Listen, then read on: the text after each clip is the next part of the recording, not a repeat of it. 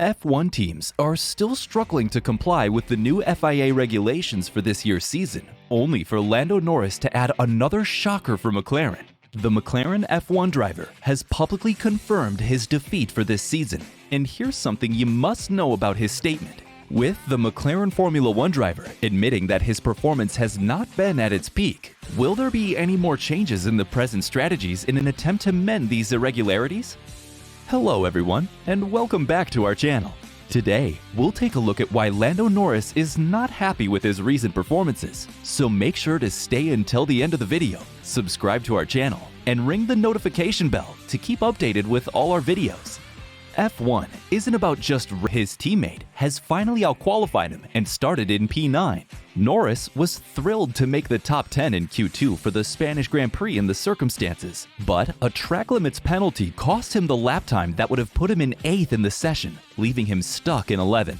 To discover how Norris lost his time is rather hilarious. Norris later saw the FIA's footage of his costly run wide at turn 12 and accepted the verdict, given the new race director's present focus on the white line as the track's limit. On the other hand, Norris stated that he's feeling worse than he has in a long time.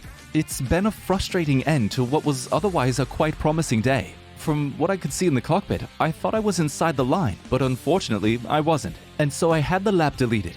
It's frustrating because we had good pace in the car and we could have been 2 or 3 positions higher. Overtaking is difficult in Barcelona and it's not going to be an easy race, but hopefully we can make up a few positions and have a good Spanish Grand Prix.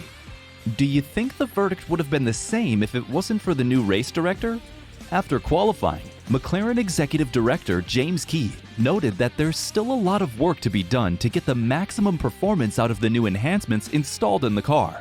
But how good of an update is that? For James, this afternoon was a mixed bag. Daniel did a great job to get through to Q3 and will start P9. Lando was unlucky to lose his Q2 lap, running a fraction beyond the track limits and sadly losing a lap good enough to put him into the top 10 today. However, he's only dropped to P11, and he can achieve plenty from here tomorrow. There's everything to play for. Our setup is race biased rather than qualifying biased, so we're hopeful of making good progress. Norris admitted that the FIA recordings he saw after being summoned for a second dangerous release incident involving Lance Stroll showed he had exceeded track boundaries. I mean, it was straightforward as it appeared, he explained. The only hitch was that Norris appeared to be on track from the onboards, but the FIA outboards clearly proved that he was not. It's as simple as that. What makes this corner so difficult is the gravel runoff and the 10 centimeter or so of track that you can't use before the gravel.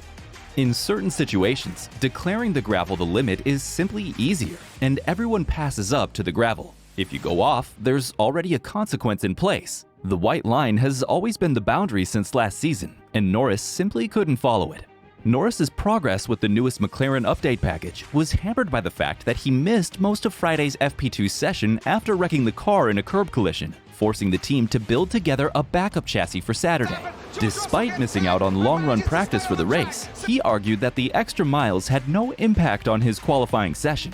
When asked what the impact of the missing session was, he stated, "I don't want to use it as an excuse for anything. I think the only thing that will hurt me the most tomorrow is just getting some more high fuel, especially at this temperature and so on. Every little bit of learning you can do to help save the tires, manage them, and keep the temperatures down. All those things, it's not easy to learn on the fly during the race." Due to Norris's absence from Q3, his teammate Daniel Ricciardo finished 10th, giving them a 5-1 qualifying score for this season. "I believe we're still learning about the new components," the Australian stated. Indeed, it's not simple to be able to drive a brand new car with the latest configuration without a decent practice time. For Norris, whenever something is upgraded in the car, after the installation, it's up to the driver to figure out how to balance the automobile. McLaren hasn't reached that point of perfect balance yet with the new components. Therefore, manifesting the maximum performance is a good hope but not an absolute certainty. The present phase has been a learning period for Norris. Q3 was a better move. However, the team still needs to get accustomed to what's happening to the car on the streets and get the ultimate control of the speed, thereby optimizing their lap time. There's always a scope for improvement, and according to Norris's stand, the path of improvement is longer than expected. According to his crew, Lando Norris's car is more race biased than qualifying biased. He'll be hoping to make progress through the field during the race, but overtaking on a track like this is extremely difficult. Having said that, the young British driver is worth keeping an eye on during the Monaco Grand Prix. So far in the 2022 Formula One season, it's been a two-horse race, perhaps a bull and a horse. Ferrari's Charles Leclerc leads the title with 2 wins and 4 top 2 finishes in 5 races. Max Verstappen of Red Bull has won 3 races and finished second in the other 2. As the Formula One season progresses, it's becoming increasingly evident that these two are the only title challengers. Unless anything spectacular happens, any debate of who can win a race will revolve around Verstappen or Leclerc. Last season, this was true for both Verstappen and Lewis Hamilton, but a pattern emerged in which Mercedes had an advantage on circuits with longer straights, and Red Bull had an advantage on corners. Red Bull has a powerful edge this time, but Ferrari appears to be the cornering vehicle. Although the differential isn't as significant, Leclerc has taken pole 3 times, including the most recent race in Florida, where Ferrari had both front row positions with Carlos Sainz Jr. qualifying second. Verstappen quickly overtook Sainz at the start, and Leclerc early in the race. The Ferrari was able to beat Red Bull in the qualifying, but not in the race. The Spanish Grand Prix, which will take place this weekend, is a track that the 2022 vehicles have previously visited. As the teams test their cars at the Circuit de Barcelona, they come to a track that is very familiar to them, unlike Miami. Chances in the race. This season, McLaren has been a bit of a dark horse. After a dismal season opener, the team's expectations were at an all-time low.